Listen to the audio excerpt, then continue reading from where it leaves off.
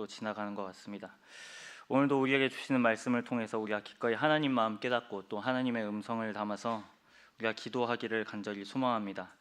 오늘 함께 읽은 예레미야 14장 7절에서 21절의 말씀을 통해 눈물을 잃은 자에게 내리는 비라는 제목으로 하나님 말씀을 듣고 또 기도하기를 소망합니다. 우리가 읽은 이 예레미야서는 아마 기피하고 싶은 말씀 중에 아마 하나일 겁니다. 왜냐하면 늘 하나님께서 이스라엘을 심판하는 내용으로 가득 차 있기 때문에 우리가 늘 읽어도 별로 우리에게 은혜가 되지 않고 복이 되지 않는다라고 생각해서 좀 한켠에 치우는 그러한 말씀일 수 있겠지만, 어떻게 보면 이 예레미야라는 말씀은 오늘 이 시대 가운데 우리에게 다시금 하나님의 마음을 깨닫도록 도우는 아주 중요한 말씀임에 틀림이 없습니다. 얼마 전에 강릉의 안타까운 사건으로 아마 가뭄이 있었던 것 같은데, 오늘 역시 14장에서도 가뭄의 이야기로 시작하고 있습니다. 14장 1절에 이렇게 기록되어져 있습니다. 가뭄에 대하여 예레미야에게 임한 여호와의 말씀이라고 하나님께서 예레미야를 통해서 유다 백성들에게 말씀을 주고 계십니다. 아마 가뭄이라고 생각하는 이미지는 어렵지 않게 우리가 상상해 볼 수 있습니다. 풀 한 폭이 없고 아마 이들이 원했던 물도 없고 또 동물들도 식물들도 아마 가뭄 때문에 상당한 많은 타격을 입은 그러한 사건일 겁니다. 근데 오늘 이 14장의 말씀은 이들에게 단지 물리적인 그러한 가뭄을 소개하고 있는 이야기가 아니라 결국 이들의 근원적인 메마름이 어디로부터 다시금 시작되어야 하는가라는 것을 이 백성들을 통해서 다시금 우리의 마음을 깨우고 계시는 주의 말씀입니다. 여러분은 언제 한번 상상해요. 복기를 해본다면 여러분들은 언제 예배 가운데 울지 않게 되셨나요? 질문을 다르게 제가 잘못 적용한 것 같습니다. 여러분 최근 예배 때 언제 우셨나요? 최근 운 예배는 언제셨어요? 지난 주일 예배일 수도 있겠고 또 지난주 수요 기도회가 됐을 수도 있습니다. 근데 어느 순간 우리가 꼭 이게 눈물이 있고 없고를 떠나서 우리가 하나님으로부터 마음을 구하고 하나님으로부터 받는 마음을 통해서 기꺼이 주의 마음과 멀어진 우리의 주소들을 보기 시작합니다. 오늘 본문이 딱 그런 상황이었습니다. 예레미야 총 52장 가운데서 이 14장 말씀은 거듭된 경고의 가장 첫 번째 장면에 해당합니다. 유다가 멸망하고 있는 가장 첫 번째 예언을 준 이야기가 14장 아주 명확하게 등장합니다. 52장을 다 읽게 되면 안타깝게도 예레미야 52장을 다 읽으면 소망의 이야기가 나오면 좋겠지만 52장을 살펴보면 이스라엘이 듣고 싶은 이야기나 한 구절도 적혀 있지 않습니다. 마지막 왕 시드기야도 죽고 이들이 하나님께 같이 있다는 그 상징적인 건물인 성전도 다 불에 타고 그 안에 있는 모든 기물들도 다 바벨론에게 빼앗겨 버립니다. 그리고 백성들은 이제 바벨론 포로로 신분이 완전히 변하게 되죠. 그렇다고 해서 하나님께서 이 사람들을 위해서 단번에 그런 일을 감행하신 게 아니라 거듭되어서 여러 사람들을 통해서 경고하고 계십니다. 이러한 경고가 있음에도 불구하고 하나님은 이 사람들에게 심판을 감행하십니다. 근데 여기서 우리가 14장 중간에 보면 12절 말씀인데요, 이 사람들이 선지자가 전했던 그러한 경고와는 다르게 좀 이들의 무지한 상태를 좀 읽어낼 수 있는 대목임을 보게 됩니다. 선지자들은 거듭해서 하나님께 돌아오고 하나님께 계속해서 마음을 구해야 한다, 삶으로 그렇게 순종해야 한다 라고 말했는데 이 사람들은 아주 건망증에 빠졌던 것 같습니다. 그건 바로 뭐냐면 우리가 하나님 앞에 금식하고 우리가 하나님 앞에 예배 잘 드리면 이 경고와 심판은 반드시 떠날 것이라는 생각이었던 것 같습니다.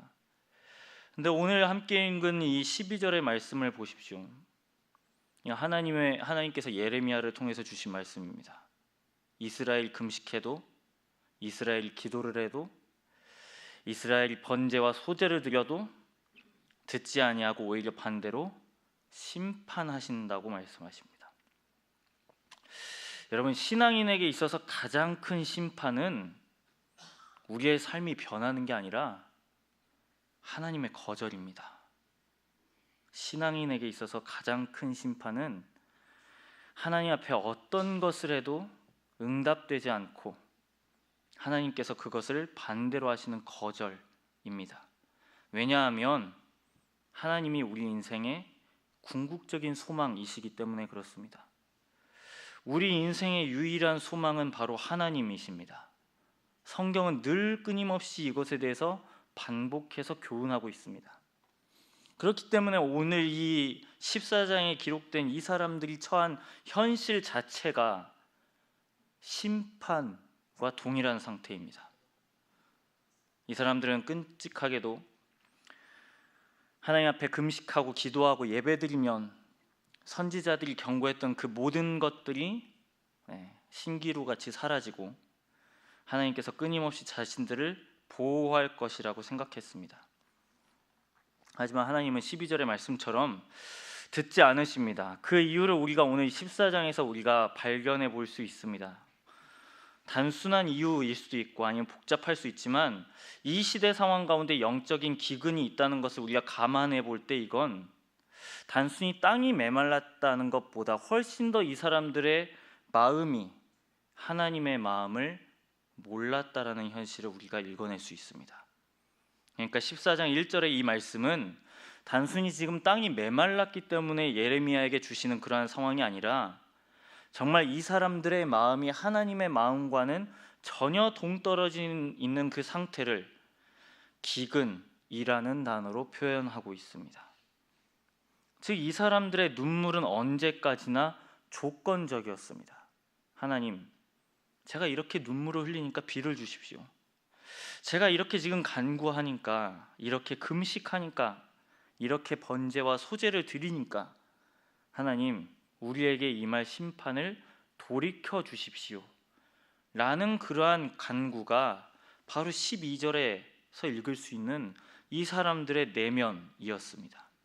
즉 이 사람들은 하나님 앞에서 눈물은 흘렸지만 이 사람들의 진심은 전혀 하나님께서 원하시는 그러한 눈물이 아니었음을 우리가 보게 된다라는 겁니다. 성경에서도 우리가 이러한 진심이 담기지 않는 눈물에 대한 이야기가 곳곳에서 발견되는 걸 볼 수 있습니다. 아주 유명한 이야기죠. 사무엘상 15장, 바로 사울 왕 이야기입니다. 분명히 성경은 이 사람이 하나님께 부르심을 받고 기름 부음을 받고 택함 받은 인물이라고 소개합니다. 그리고 이 사람의 외모가, 이 사람의 키가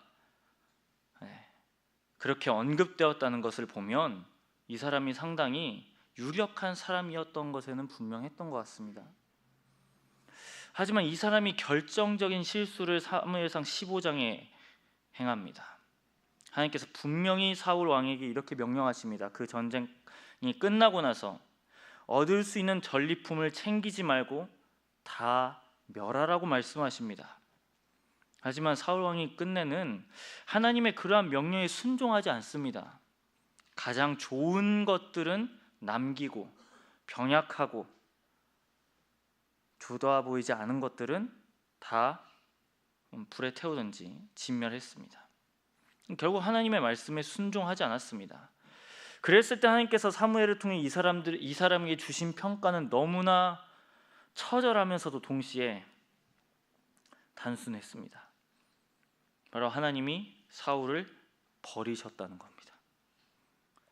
이 사람이 아마 이 과정 가운데서 눈물이 분명히 있었을 겁니다.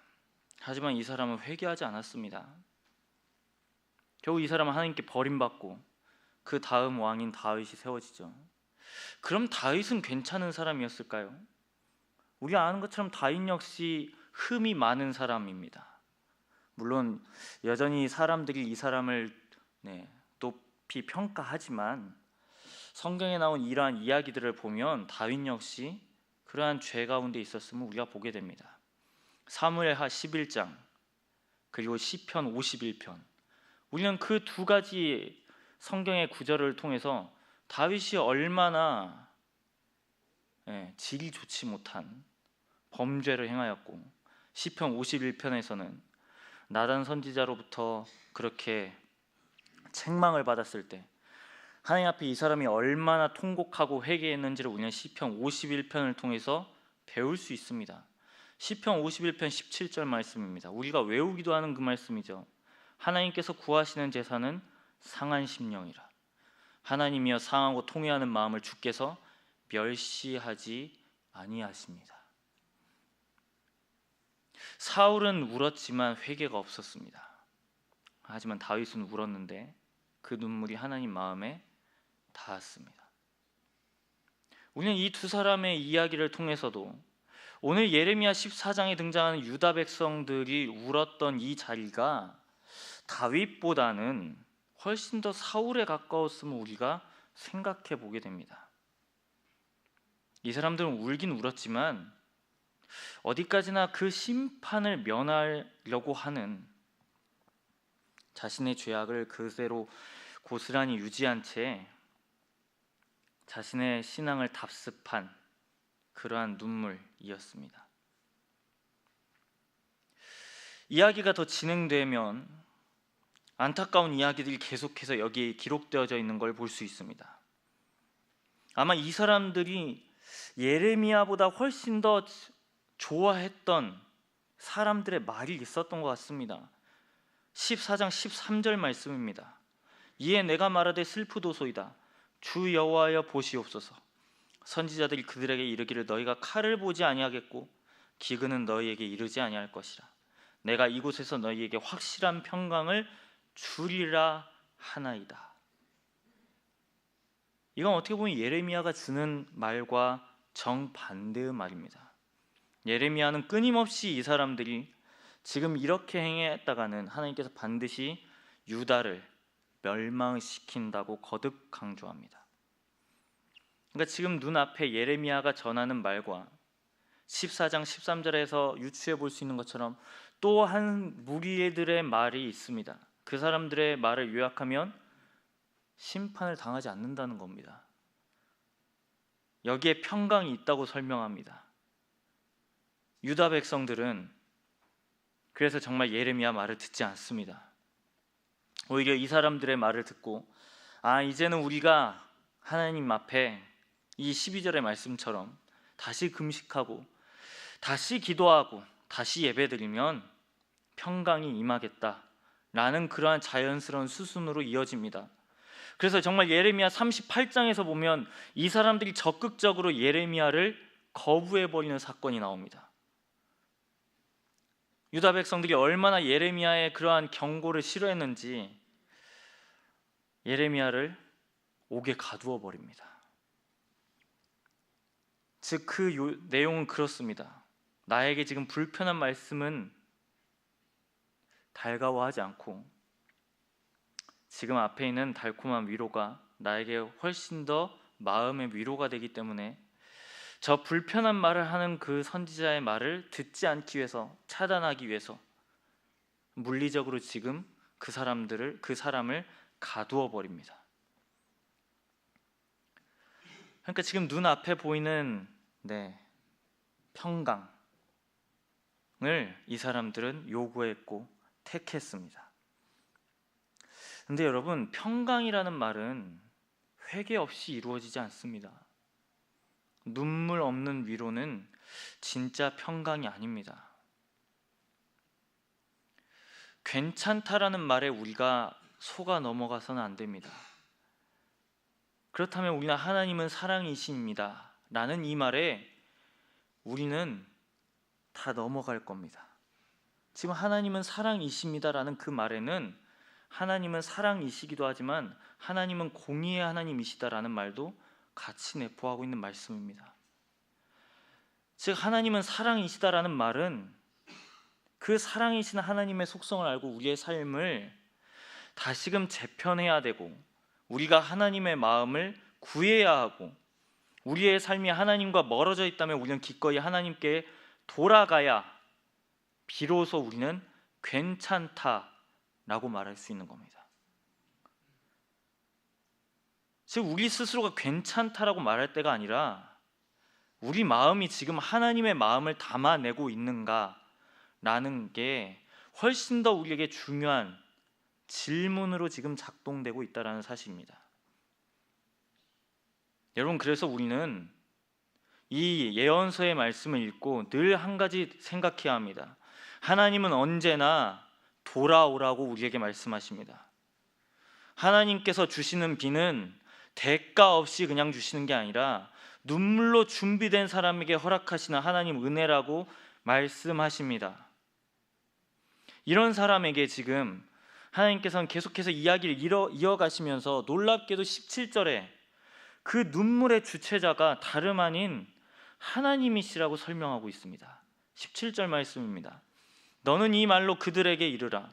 내 눈이 밤낮으로 그치지 아니하고 눈물을 흘리니 이는 처녀 딸 내 백성이 큰 파멸 중한 상처로 말미암아 망함이라라고 설명합니다. 지금 울어야 할 대상은 하나님이 아니라 이스라엘 백성이었습니다. 유다 백성이 지금 하나님의 마음을 담아내고 자신의 삶을 회개하는 자리 가운데 나아가야 했습니다. 그런데 그럼에도 불구하고 놀랍게 지금 예레미야를 통해서 하나님은 먼저 우시는 주체가 백성이 아니라 하나님이시라고 설명하고 있습니다. 왜 우리가 이렇게 평가할 수 있냐면 이 17절의 원래의 말씀을 보면 내 눈이라고 번역된 부분은 아무리 문맥적으로 보더라도 이건 하나님의 눈으로 읽어내는 것이 자연스럽기 때문입니다. 즉 이 말을 하나님의 말씀을 유다인들에게 전하라고 명령하시면서 하신 다음의 문장인 내 눈이 그치지 않고 눈물을 흘리리니 라고 말씀하시는 건 예레미야를 통해서 지금 하나님이 울고 계시다 라고 우리가 읽어낼 수 있습니다. 그래서 이 17절의 말씀은 예레미야가 울고 있지만 하나님께서 울고 계시는 의미가 됩니다. 즉 지금 예레미야의 눈물은 단순히 이 사람들이 심판 가운데 하나님의 마음 가운데 멀어져 있기 때문에 돌아오지 않아서 아니면 그냥 단순히 슬퍼서 우는 게 아니라 하나님의 마음, 애통함의 눈물이 여기 가운데 있음을 보게 됩니다. 이러한 대목을 우리는 예레미야의 곳곳에서 발견할 수 있습니다. 9장 1절에도 예레미야는 백성을 위해서 웁니다. 9장 1절 말씀입니다. 어찌하면 내 머리는 물이 되고 내 눈은 눈물 군원이 됐고 죽임을 당한 딸 내 백성을 위하여 주야로 울겠다고 설명합니다. 13장 17절도 그렇습니다. 너희가 이를 듣지 아니하면 나의 심령이 너희 교만으로 말미암아 은밀한 곳에서 울 것이며 여호와의 양떼가 사로잡힘으로 말미암아 눈물을 흘려 통곡하겠다고 설명합니다. 그리고 오늘 본문 14장 17절 역시 이 세 구절 모두가 예레미야를 통해서 지금 하나님께서 울고 계시는 자리입니다. 모든 학자들은 이러한 구절들을 통해서 하나님께서 지금 예언자들과 동일시된 상황이라고 설명합니다. 그래서 지금 예언자가 단순히 말씀을 전하는 메신저가 아니라 하나님의 진심을 알고 있기 때문에 그래서 전달하는 사람이 하나님의 마음을 대변해서 울고 있다라고 설명합니다. 그래서 우리는 27절을 이렇게 다시 읽을 수 있습니다. 하나님이 유다 백성들을 우시되 예레미야의 눈을 통해서 울고 계신다라고 말이죠. 그러면 하나님은 왜 울고 계실까요? 분명히 여러 예언서들을 우리는 거듭 확인하는 것처럼 하나님은 이스라엘 백성들에게 반복된 죄를 보고 진노하고 심판하신다고 예고하십니다. 하지만 우리가 예언서를 통해서 끊임없이 기억하는 하나님의 그 진노 가운데는 백성들의 멸망을 위한 진노가 아님을 우리는 기억해야 합니다. 하나님의 진노 가운데는 늘 슬픔이 담겨져 있습니다. 즉 이 백성들에게 거절당한 슬픔이 담겨 있습니다. 하나님은 유다와 북이스라엘을 벌을 주시면서도 그들을 향한 애통한 마음을 멈추지 않으십니다. 그리고 이 눈물을 우리가 어렵지 않게 신약 가운데서 읽어낼 수 있는 대목들이 너무나 많이 있습니다. 이 눈물은 곧 예수 그리스도에게서 완성됩니다. 누가복음 22장 44절입니다. 예수께서 힘쓰고 애써 더욱 간절히 기도하시니 땀이 땅에 떨어지는 핏방울 같이 됐다고 설명합니다. 또 19장 41절에도 또 이렇게 설명합니다. 예수께서 가까이 오사 예루살렘 성을 보고 우셨다라고 설명합니다. 그럼 주님께서 왜 우셨을까요? 다른 게 아닙니다. 자신을 받아들이지 않는 이 이스라엘을 애통해 하시는 하나님 마음을 대변하는 눈물이었습니다. 여러분, 우리는 예수님께서 그 겟세마네 동산에서 기도하신 제목을 너무나 익히 들었습니다. 분명히 주님께서는 그 기도 가운데서 그 십자가를 멀리 할 수 있으면 멀리 하게 해달라고 기도하십니다. 하지만 결국 마지막 끝에 가서는 나의 뜻이 아니라 하나님의 원대로 하시기를 구합니다. 이렇게 기도하셨을 때 결국 그 눈물의 기도는 십자가에서 완성되고 지금 여기에까지 이르게 되었습니다. 여러분, 예레미야 시대 가운데 이 사람들은 잃어버린 것이 단 한 가지가 있다면 이 사람들은 눈물을 잃어버렸습니다. 바로 하나님을 향한 진심 어린 눈물이겠지만 더 나아가서는 하나님께서 바라보고 계시는 그 눈을 잃어버렸습니다. 자신의 안위만을 위해서 살아남고자 한 이 백성들을 향해 번제와 소제를 드리고 금식을 행하며 기도의 자리로 갔던 이 사람들을 향해 예레미야는 끊임없이 울고 있습니다. 여러분, 지금 우리가 울 자리는 어디입니까?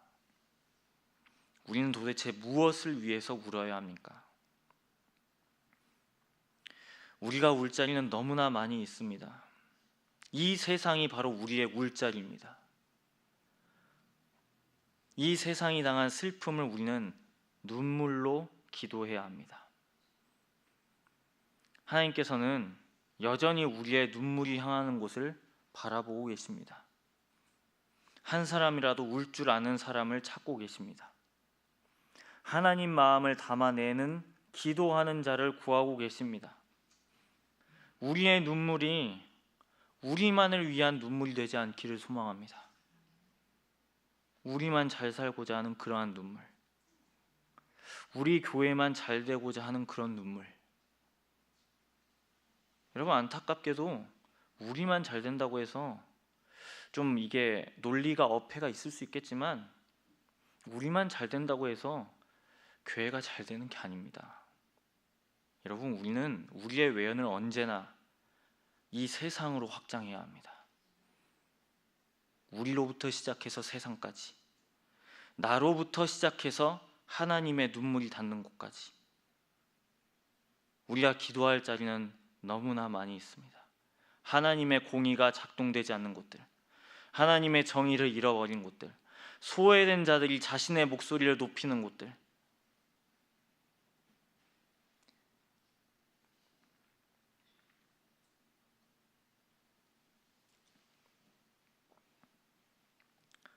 자녀들의 죽음 앞에서 여전히 눈물을 흘리는 사람들이 있습니다. 여러분, 교회는 이 사람들을 위해서 울어야 합니다. 그럴 때 하나님께서는 우리의 눈물을 들으시고 비를 내리실 거라고 약속하십니다. 우리 교회가 세워진 그 존립의 목적과 같이 이 땅에 빛과 소금의 사명을 감당하는 그러한 사명자들, 그러한 사명의 기도를 올리는 사람들, 그러한 주의 마음을 담아내며 무릎을 꿇는 자들, 하나님의 의가 이 땅 가운데 이루어지기 위해서 나의 기도를 포기하지 않는 자들, 그러한 자들이 우리가 되기를 간절히 소망합니다. 다 함께 기도하겠습니다. 사랑과 은혜가 풍성하신 아버지 하나님, 오늘 우리가 함께 읽은 예레미야 14장 7절에서 21절의 말씀을 통해 이 시간 하나님의 애통함을 구하며 우리가 나아갑니다. 하나님, 우리 역시 눈물을 잃어버린 자들입니다. 아니, 더 정확하게 말하면 내가 손해보는 것만 우리는 울 줄 아는 자들입니다. 내가 작아지는 것에만 슬퍼하는 자들이고, 내가 주를 닮지 않는 것에 대해서는 둔감한 자들이고, 내가 주의 마음과는 멀어진 것에 대해서는 가볍게 여기는 자들입니다. 하나님, 이 시간 우리에게 다시금 눈물을 회복시키셔서 하나님의 마음으로 이 땅을 위해서 기도하게 하시고, 우리 교회가 주의 마음 말씀과 명령과 같이 세상의 빛과 세상의 소금으로 살라 하신 주의 계명을 우리가 다시금 기억하는 교회가 되게 하여 주옵소서. 주께서 그렇게 주와 하나님 앞에서 기도하셨던 것처럼, 나의 뜻이 아니라 아버지 원대로 하시기를 원하셨던 것처럼, 우리가 우리의 원대로 기도하는 것이 아니라 아버지의 원대로 되기를 위해서 기도하는 자들 되게 하셔서, 하나님, 우리가 기꺼이 하나님 마음 시원하게 하는 자들, 하나님 마음을 담아내서 이 땅 가운데 하나님 마음으로 우는 자들 되게 하셔서 우리 교회가 기꺼이 주의 뜻을, 주의 계명 앞에 신실하게 살려고 하는 그러한 주의 교회들 다 되게 하여 주옵소서. 감사드리며 이 모든 것 우리 주 예수 그리스도의 이름으로 기도드립니다. 아멘. 우리 오늘 말씀을